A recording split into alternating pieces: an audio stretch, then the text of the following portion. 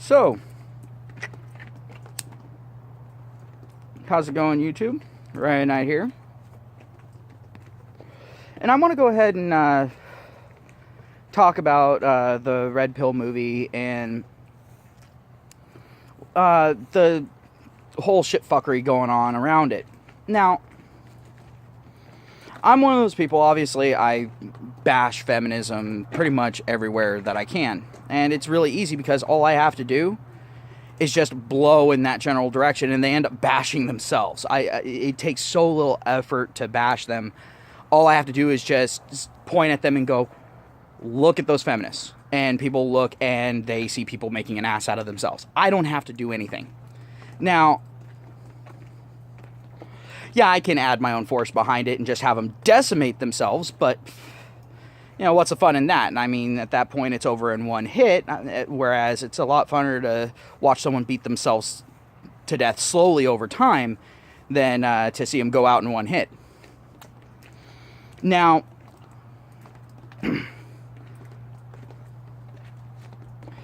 the thing is with the Redpill movie, it was made by a feminist. So you would think that I would be completely against the movie and that sort of thing, since I'm so anti-feminist. Actually, I'm for the movie, because the thing is it's actually showing, for one, that there are some feminists out there that are actually willing to take a look at the other side and see, you know, that maybe they're not as evil as the dogma says. And then them actually take a look at how the feminists are reacting to it and going, oh, wait a minute, that's pretty authoritarian. They're doing what we're saying that they're doing to us. This entire time, I haven't seen them do that to us. Wait, what? And so then she also gets to go ahead and be on the receiving end of it. And that's the thing, you know, once a feminist, you know, gets to experience being on the receiving end of the, you know, cult of feminism and being othered at that point, then that's when they figure out, maybe everything that they were saying was wrong, and and maybe I was actually being the bigot while doing that. You know, it's amazing to watch that transformation in someone. I haven't seen the movie yet, so I don't know if she goes through that transformation. I know that she does a little bit of soul searching.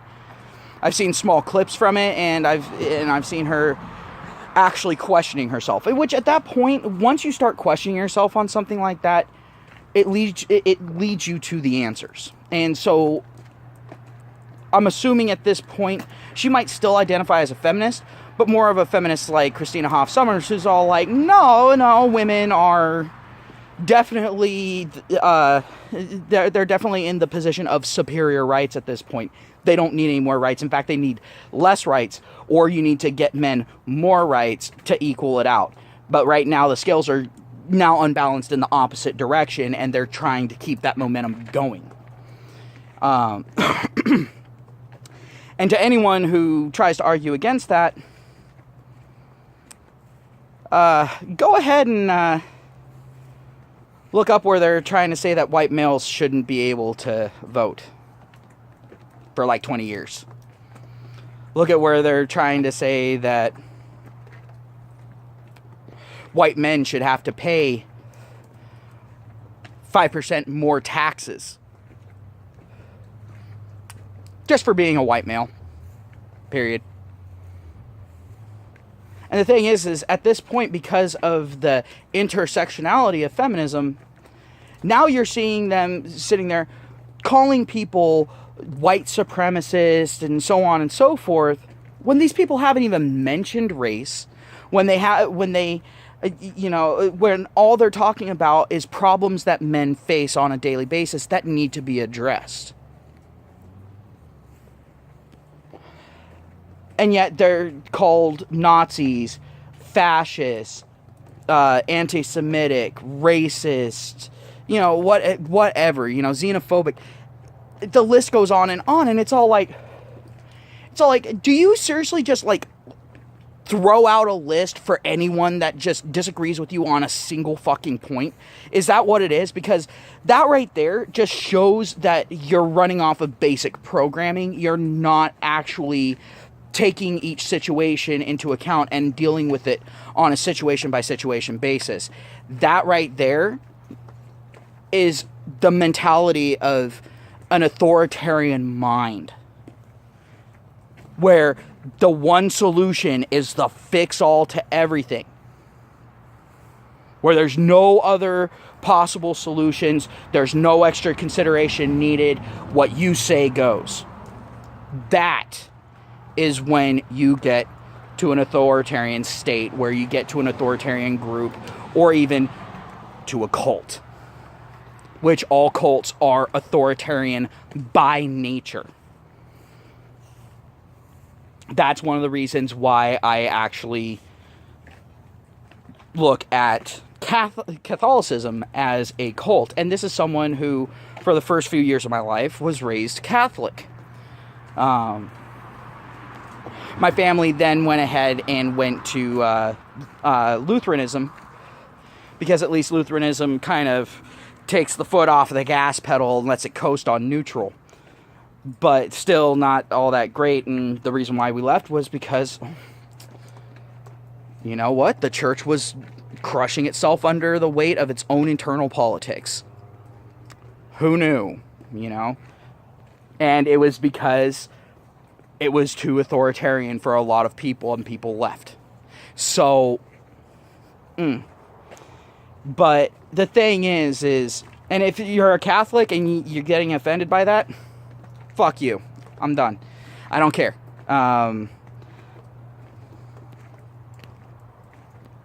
Do not come to my channel to expect your feelings to be considered, because I don't give a fuck about your feelings. No one gives a fuck about my feelings, so why in the fuck should I give a fuck about anyone else's? That's how I look at it. Once people start showing that they give a fuck about my feelings, then I might start considering theirs. But again, that's on a situation by situation basis. I'm not going to sit there and take everyone's feelings into account. If one person shows that they give a fuck about my feelings, I'm going to take that person's feelings into account afterwards. But even at that point, I'm not going to preserve your feelings and let you perpetuate a lie. So, welcome to my channel. But back to the Red Pill movie.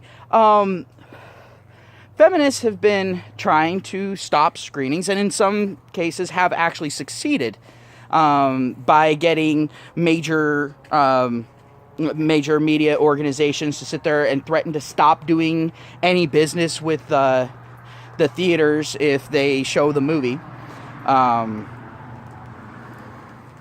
Which I don't see how that could be considered authoritarian at all. I mean, you know, oh, you release this film that has opinions in it that we don't like. All right, we're going to go ahead and bankrupt you. That's called authoritarianism. That's not the open market doing it. That's called social pressure. And there's a difference between the open market doing something and social pressure happening. Because social pressure has nothing to do with the open market. At that point, it is the people controlling the main bulk of the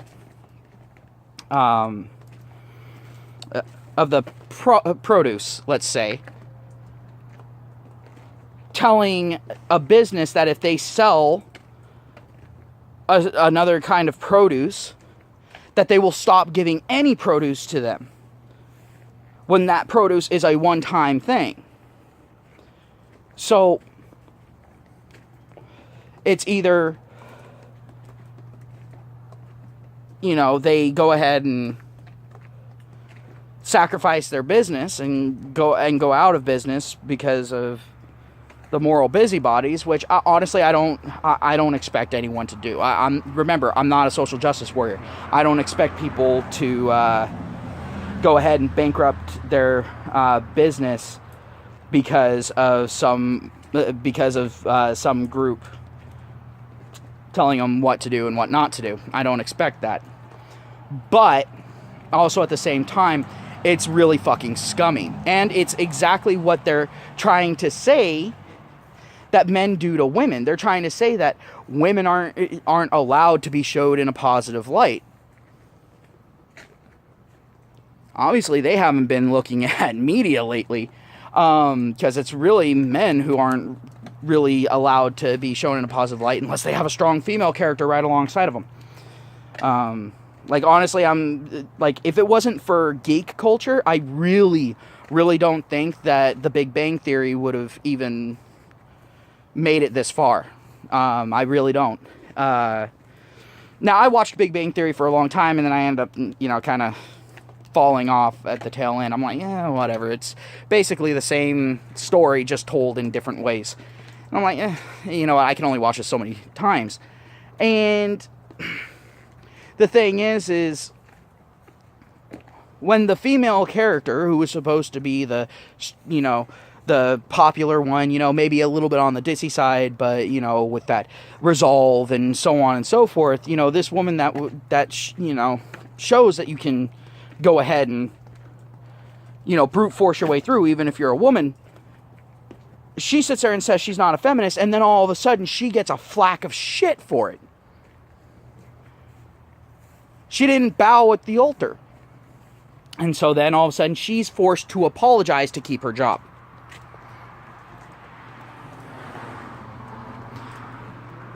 Let's take a step back on that.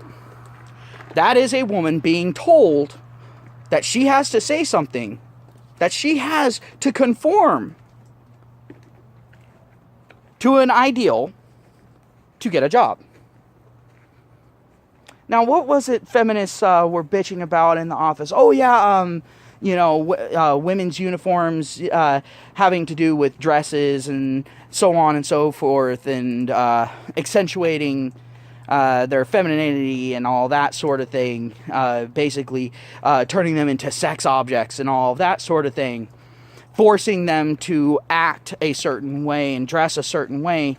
And let's take a look at feminism, what it's doing right now. If a woman decides that she's not going to be a feminist, you would think feminists would be all for it. It's all like, all right, you're making your own choices. No, they're not. They're saying, oh, you shouldn't have to do what they have to say. You should have to do what we have to say. That's not any better, guys. Let's just be completely honest. And I say guys because, honestly, a lot of feminists, like a lot of the staunch feminists, look more like guys than they do women. I would love to see testosterone tests at that point, to see if they have, a lot of testosterone, because if so, that might answer some questions. But, let's go ahead and get back onto the real topic, and that is the Redpill movie. I'm going to watch that movie. Come hell or high water, I don't care how I have to go around and do it. If I have to go on to Patreon to go ahead and give them what I would have had to have spent on a ticket, because I guarantee you it's not going to be shown in my area, because my area is so politically neutral, it's not even funny, as far as social politics are concerned. So it probably wouldn't really show up here, because there's not going to be enough people saying, hey, we want this shown here. Not to mention, we don't really have any independent theaters. And so I think the nearest place is about an hour and a half drive south from where I am, where it would be shown. But it's a college town. How well do you think that's going to work out? We are in California. So, that's an issue in and of itself. But, I'm going to find a way to watch it at some point, because I really do want to watch it. Will it piss me off? Yes, it will. I guarantee it's going to fucking piss me off. Just because of the fact that, you know what? I know that MRAs are actually, when they sit there and they're all like, look, here's what's happening. The vast majority of the time, they're right. Are they right on every last thing? Probably not. There's probably a little bit of conflation there and all that, to be fair. I haven't, really gotten into the whole mRNA thing because, in all honesty, it's kind of pointless at this point. Until we go ahead and get rid of social justice, we can't even begin to talk about that sort of shit because they're going to come in and try to shut down every fucking conversation, and then it becomes a combat zone on that. And so you have to spend the time that you would have been talking about that beating them back. So at this point, it's kind of pointless. And that's where MGTOW comes in. MGTOW is the holding pattern. And that's the reason why I'm 100% behind MGTOW. Because right there, that's the holding pattern. And as soon as we can go ahead and get the social justice bullshit out of the way, then we can go ahead and actually have those men sit there and go, oh, you're ready to talk now? And then, hammer down every last one of those fucking nails. But until then, MGTOW is going to remain a thing. Things like the Redpill documentary are going to continue to pop up, and I'm expecting them to start popping up in more and more frequency, because we've been seeing a lot of feminists sitting there and bitching that men don't want to date them. And then they start asking questions. They start getting answers that piss them off, but the thing is eventually they're going to sit there and go, we keep getting the same fucking answers. What the fuck? We ask what the hell's wrong with us, and people come out with a laundry list of things. And they're always the fucking same. Are these people really the problem, or is it us that's the problem? Eventually that's going to happen. Eventually some level of self-awareness will happen. We see it happening on micro levels, with the individual. But the thing is it has to be large chunks that see that. And then start having the bleed off, and them actively trying to prevent other people from getting sucked in. So that way sustainability stops happening. Now, in countries, they actually have a thing with populations where, if your country is sustainable, that means, as far as population is concerned, that means you have enough children being born to go ahead and continue on, to replace those who are dying from old age and so on and so forth. That is how you are basically sustainable. Now, if you go too far in one direction or the other, now you're not sustainable. Obviously, the minimum is you meeting replacement levels. Well, the thing is with movements like social justice, feminism, Antifa, all that sort of thing, when you've got stuff like that, you have to meet replacement levels. Because the thing is you have people bleeding off, you have people dying from stupidity, you have people dying from old age, from cat allergies, whatever. Sorry, I couldn't help it. But, you have that happening, so you have to be pulling in more people.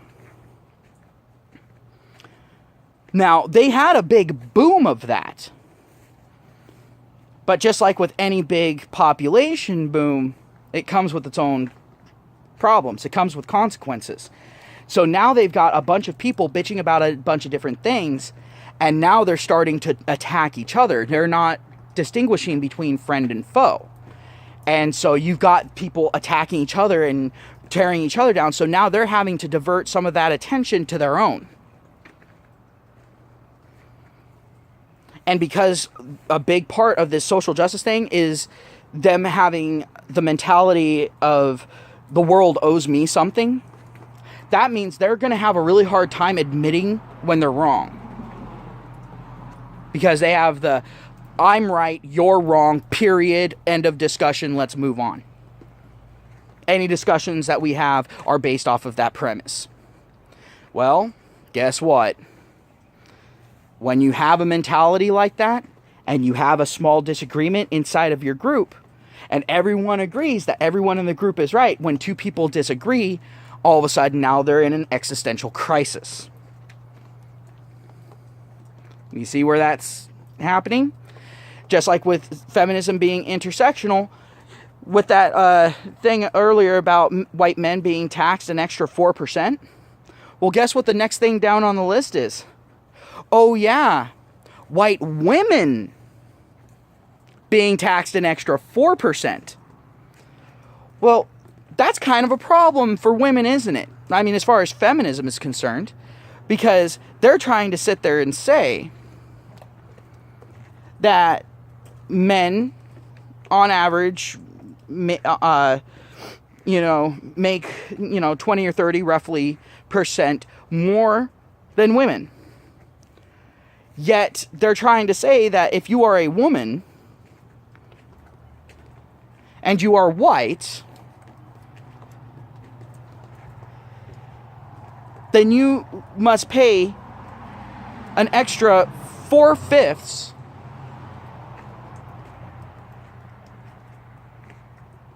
of what a white man is going to be paying,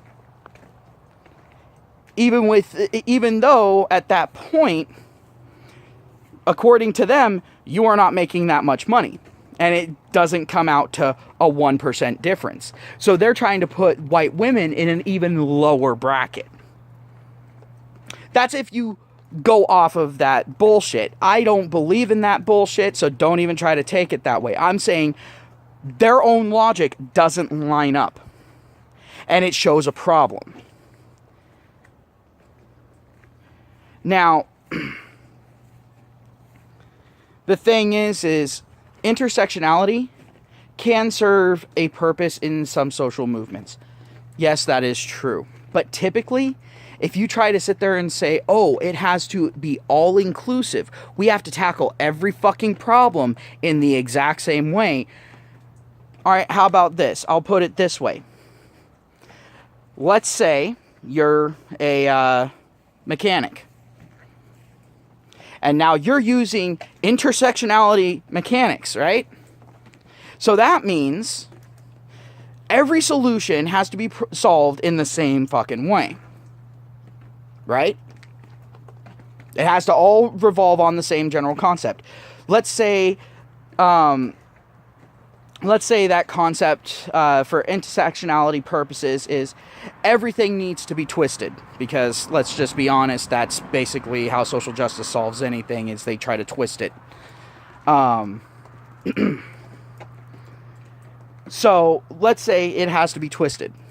Well, what if you have a engine that isn't running? Well, because of your intersectionality, you now have to twist that engine block. And that should solve the problem. If it doesn't solve the problem, then you're not a real mechanic. And you're part of the problem. You're part of a conspiracy to keep people from getting where they need to go. Do you see where I'm coming from on that? It doesn't work.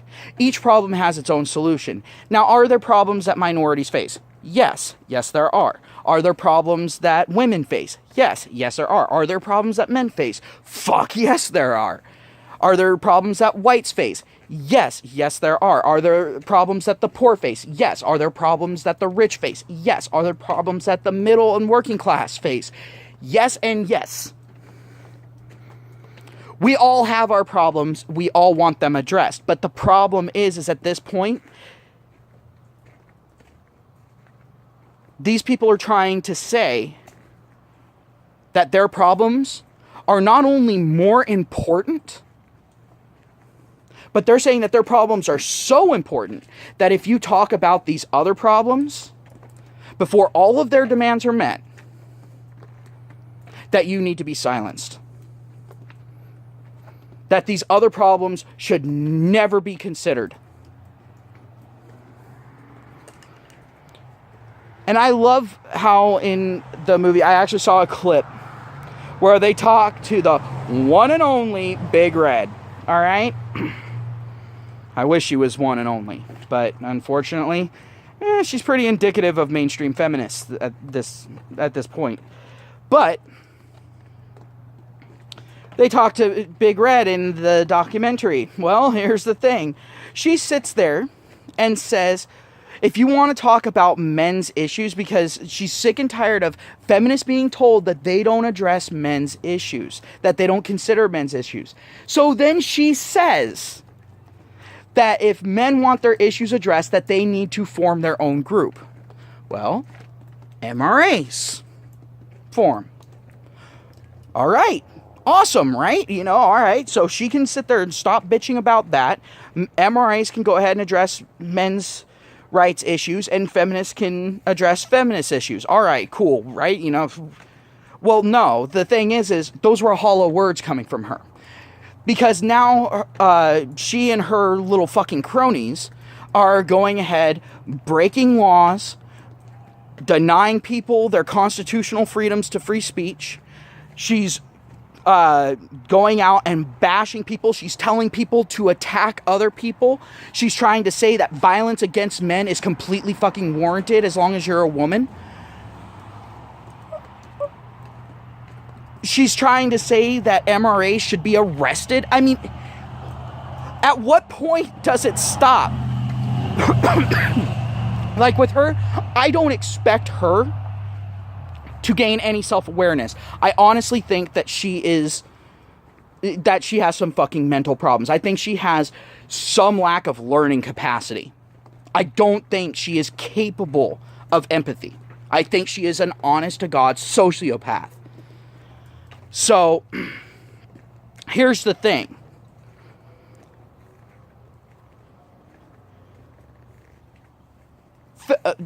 A primary feminist decided to go ahead and tell men to start their own group. Well, men started their own group. But now feminists are trying to silence that group.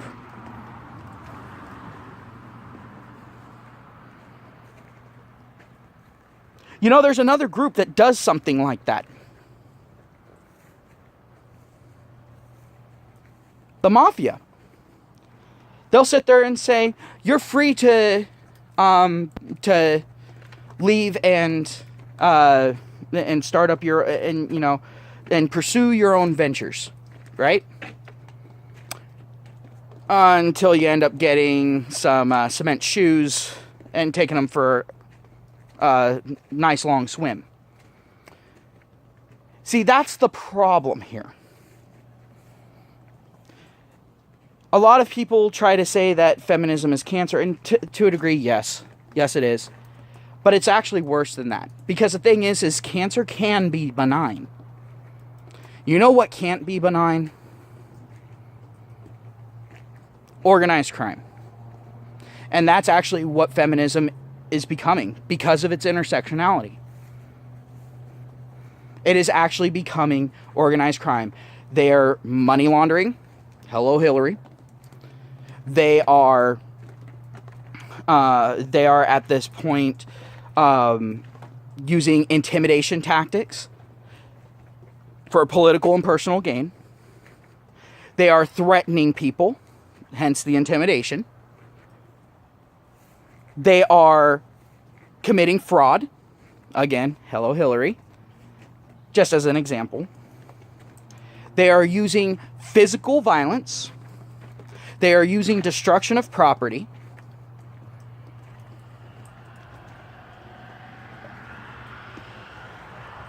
Where does it stop? Oh, also extortion.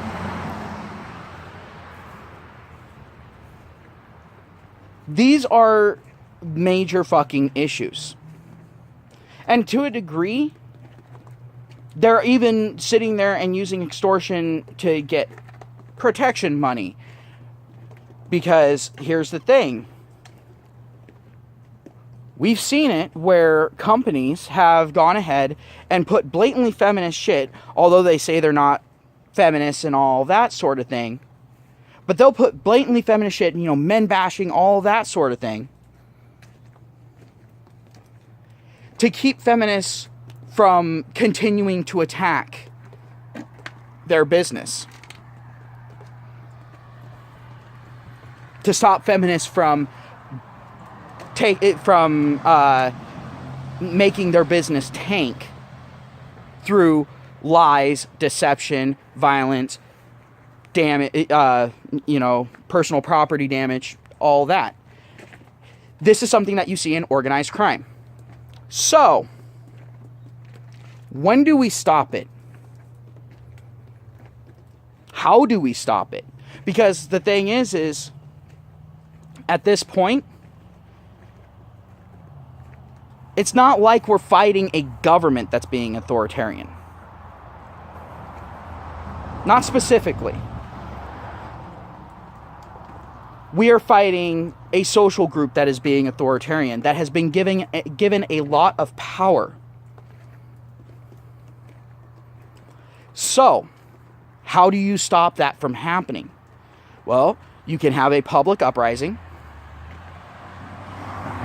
which we've started to see. We've started to see people fighting back against shit like Antifa. We've seen people starting to shove and push back. We've seen people starting to throw punches, even though the government is more than willing to arrest them, but not the people that actually started it. But we've started seeing that backlash, both in social media, also even mainstream media is starting to fucking pick up on it. You're starting to see physical backlash. You're starting to see economic backlash. But the thing is at that point, that's only a Band-Aid. It's not going to fix the underlying problem. How do we fix it? We need to fix our education system. We need to stop allowing the indoctrination of children. We need to have it where only provable fact is able to be taught in schools. Now, I'm not saying that you can't teach art, you can't teach literature, and so on and so forth, because those are also very important. But the thing is you cannot display that as fact. And the thing is they're trying to say that sciences are no longer fact, that the art and literature is. That's where our problems come in. You should never require someone to take something that has nothing to do with their field. Now, speaking English, does that have to do with your field in the US? Yeah, of course.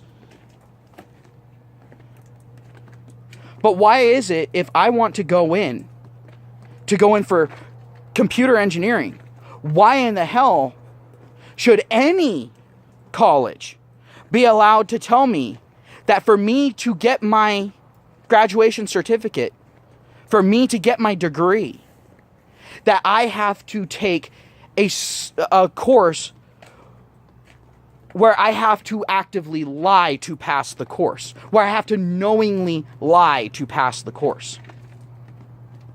What does that have to do with my field? Why should I have to take a gender studies course?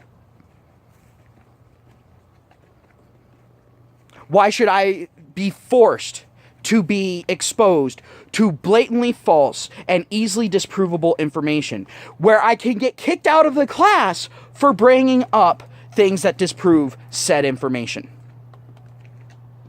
therefore costing me money each and every time and keeping me in a perpetual state of not being able to graduate?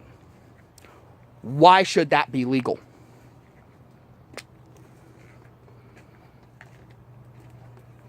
Is it legal for them to sit there and have it where you have to take a course that it has one sole purpose, and that is you have to explain away every bit of proof proving that the earth is not flat?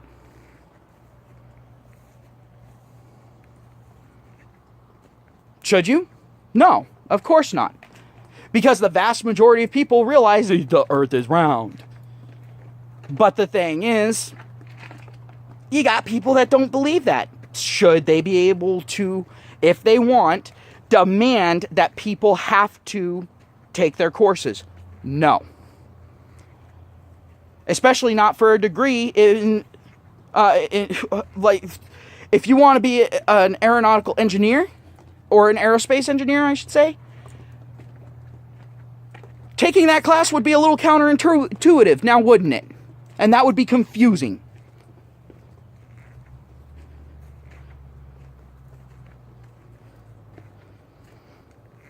Because physics doesn't give a fuck about your feelings. Science doesn't give a fuck about your feelings. You can feel one thing until you're blue in the fucking face. And guess what? Still doesn't change the outcome.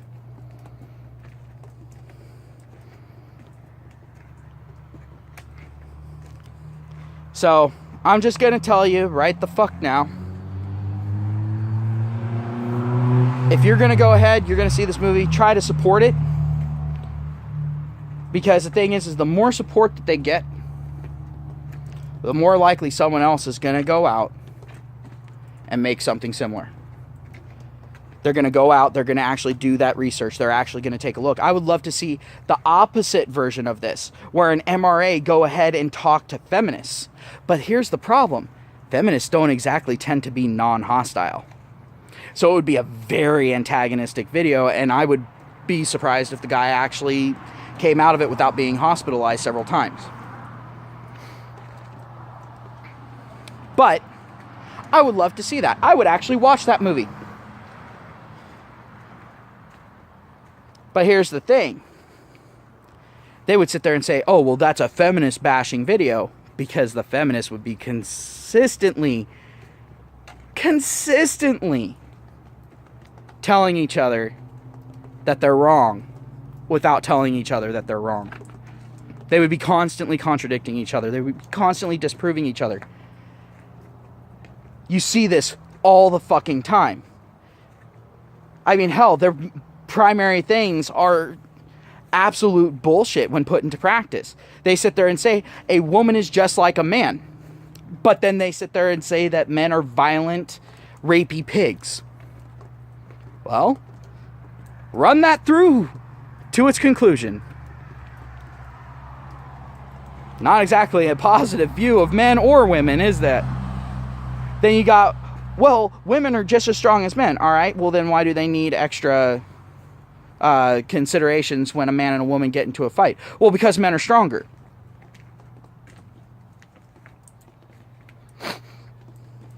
What?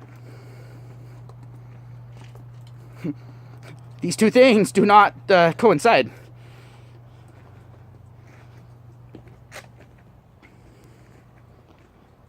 Women are no longer expected to stay home and take care of the kids. All right, well then why do women get custody of the children? Well, because women are better caregivers. Well, but when you compare single mother households and the results of their children growing up to single father households to their children growing up, you see a lot more of the single.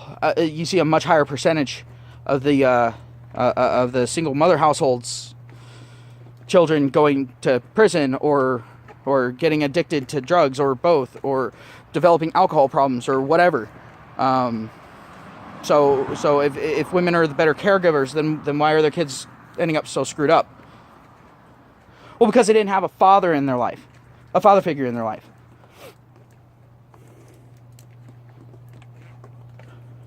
Well, then why are the male only households? Why are those kids not ending up screwed up in such high percentages? Well, because they're given every advantage.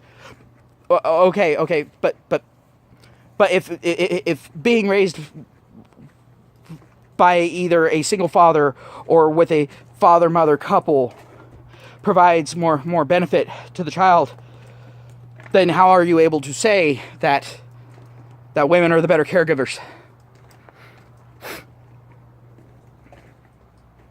Just out of curiosity, out of the best thing for the child, out of the well-being of the child, how are you able to say this? And then all of a sudden they throw out something like, oh, well, you're just against women, you just hate women, you just want to separate women from their kids.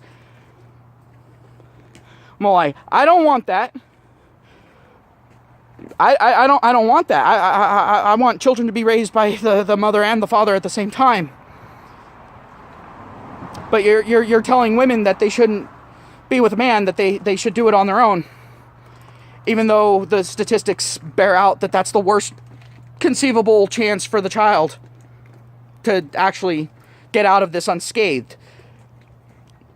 You're telling women that they shouldn't be with a man and that they should raise the child on their own and exercise the man from it, when even you yourself admit that the man being involved is only a benefit as far as statistics are concerned. I'm sorry, my brain doesn't operate on that deep of a level of stupid. I can't even... I don't know where you're trying to make sense here. I don't think you're trying to make sense. I think you're actively trying to cause mental damage to people. There's a name for that. It's called torture. So at this point, you're torturing people.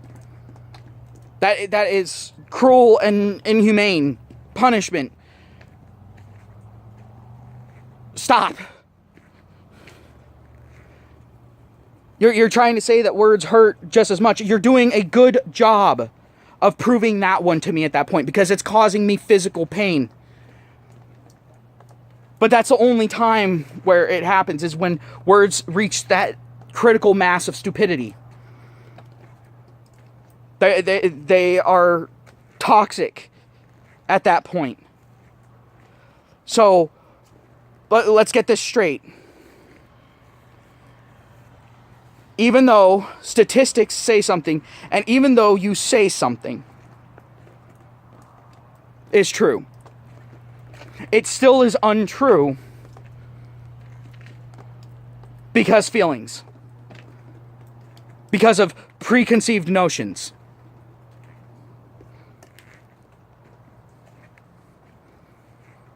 Because there's also another aspect to this that a lot of people don't understand. Women are also much more likely to kill their offspring than a male. Much, much more likely. And yet, excuses are made. There's women that don't even go to prison for this because there's a thing called baby blues, which baby blues is different to a degree, but the thing is when you look at baby blues, what it is a chemical imbalance that happens, and it leads to depression. But the thing is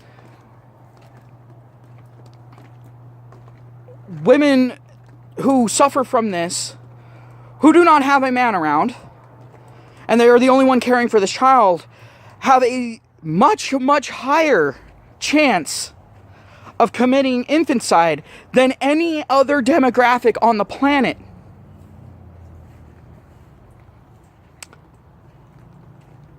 Men do not get this. Men don't get baby blues. They may get depression from lack of sleep, from all of that, but it's not baby blues. Baby blues is a continuous thing that happens that gets exacerbated by a menstrual cycle and can lead to full-fledged psychosis. Whereas men, they get the depression and they rub some dirt in it and they get over it because that's how they're always told to deal with it.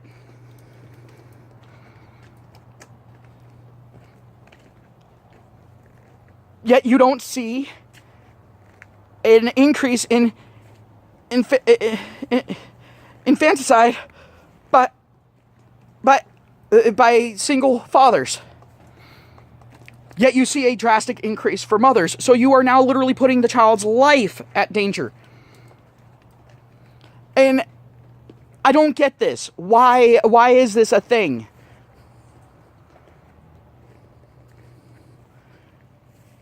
Like, when I talk to people about this, and I've talked to multiple people about this, and I bring this shit up, it always ends the same way.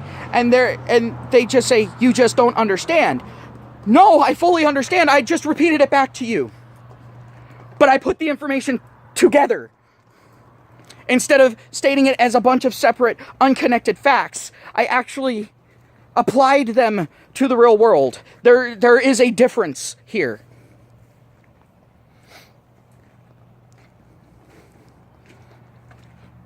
But it's kind of like with the wage gap thing, you know, they're sitting there saying, oh, women earn less. Yes, women earn less.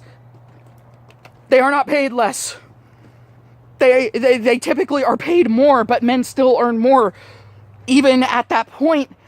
And so that means the men are working longer hours. They tend to work the shittier shifts. They tend to take cash bonus as opposed to vacation bonus. They tend to take shit that has the highest monetary value. In fact, most men don't even use their vacation hours. You know what they do? They wait until the end of the year and cash it out, and so they get the cash bonus. All of that goes towards their earnings. So the thing is again, you're even saying that women earn less. There's a difference between being earned and being paid. Now, if you're sitting there and saying that women are paid less for the same job, more often than not, you will be proven a liar. It is very rare. Either that, or when you actually look into it, it's all like, you ended up comparing a woman who, it's like her first year working in that job versus a guy who's been working in the job for 3 or 4 years, who has a lot of experience under his belt. That's still not the same job. More is expected of him. He's going to be given less slack. He is going to be expected to be more efficient. So even though the job title may be the same, the expectations are not. So technically you are not doing the same job under the same expectations. Of course there's going to be a difference in pay.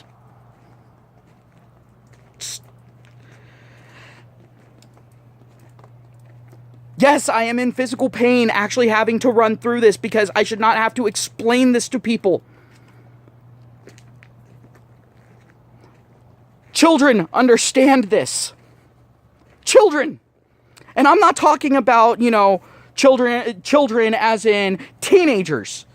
No, those are young adults. I'm talking children, grade schoolers. They understand this. The more they work, the more they get paid. The more that is expected of them, the more they get paid. That is how it fucking works.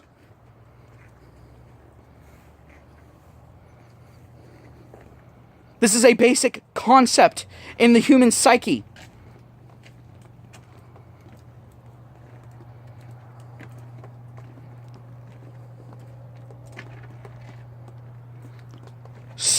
Even though our education system is trying to do its damnedest to educate that out of their brains with participation trophies and all of that, they still know this shit. They don't unlearn this until they get into college.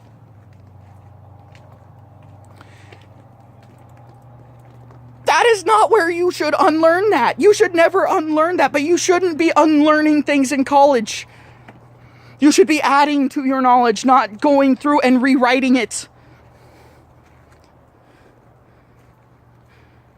That's kind of like sitting there going to college and then your math teacher sitting there and telling you 2 plus 2 is no longer 4. 2 plus 2 is now 21. They can't even say 22 to make it a good joke. They have to say 21. And then when you say, oh, okay, well, bullshit, but... And as soon as you say bullshit, all of a sudden you fail the course. That should not be a thing. All right? And that's the moral equivalent of what's happening here. People are being told to ignore logic. That's what they are being taught in schools. And they are making these courses necessary. They are making these people take courses saying that certain people who have certain ideas need to be silenced.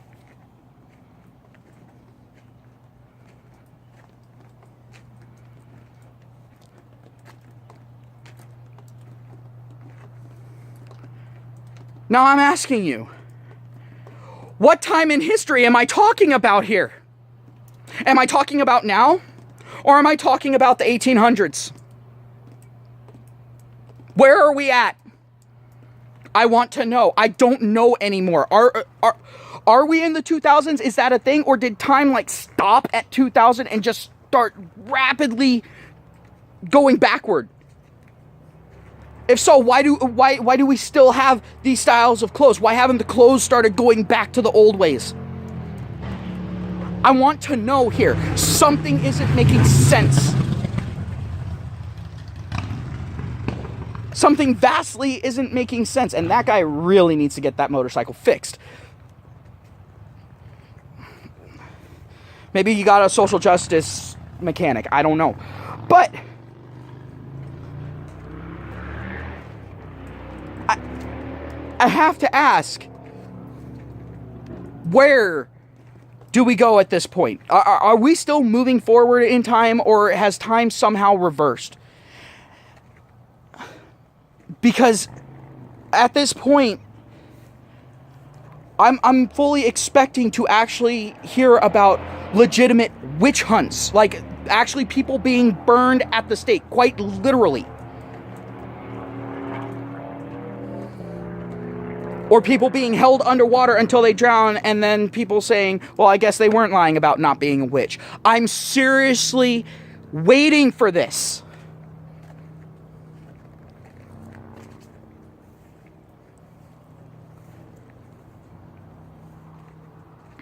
This shit needs to stop.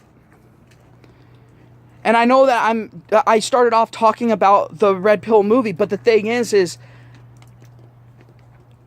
as you watch the Redpill movie, keep in mind that that movie has been, they've been attempting to nuke this from space. They are treating it like the outbreak of a plague.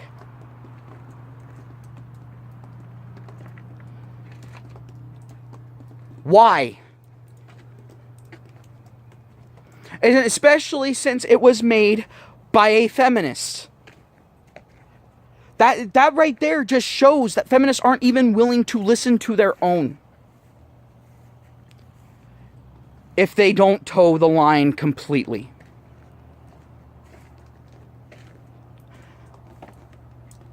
And the fact that that movie even had to be made is a problem in and of itself.